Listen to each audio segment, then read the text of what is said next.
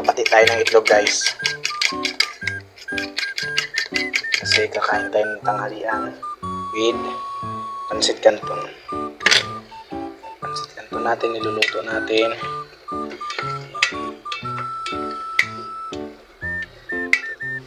Yan ang pansit canton ni Mang Kanor.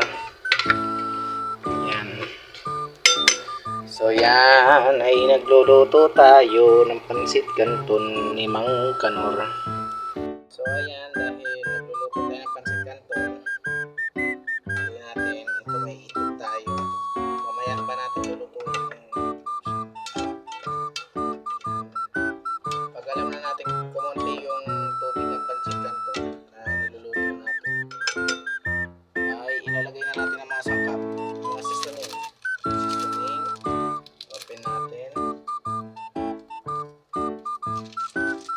Tapos yung lalagay tayo ng konting pampakulay, soy sauce, konti lang.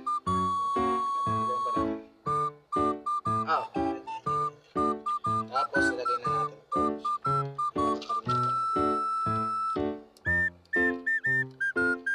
Ilagay natin.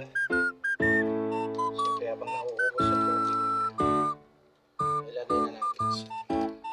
Para yung kulay ng pansit canton talagang umangkop siya sa kulay na gusto natin. Yung kulay soy sauce yung canton. So yan. Haluin natin. Mekos lang natin yan. Nang minikos nga ni Mario ang pansit canton na ito ay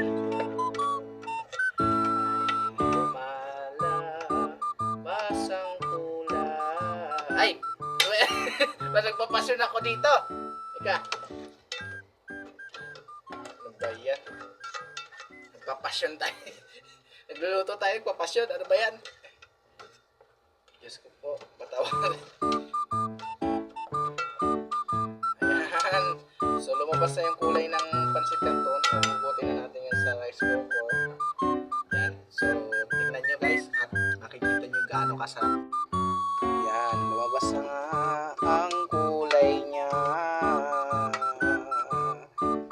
Gamit lang ang oyster sauce. Ay, may pasyon na naman ulit tayo.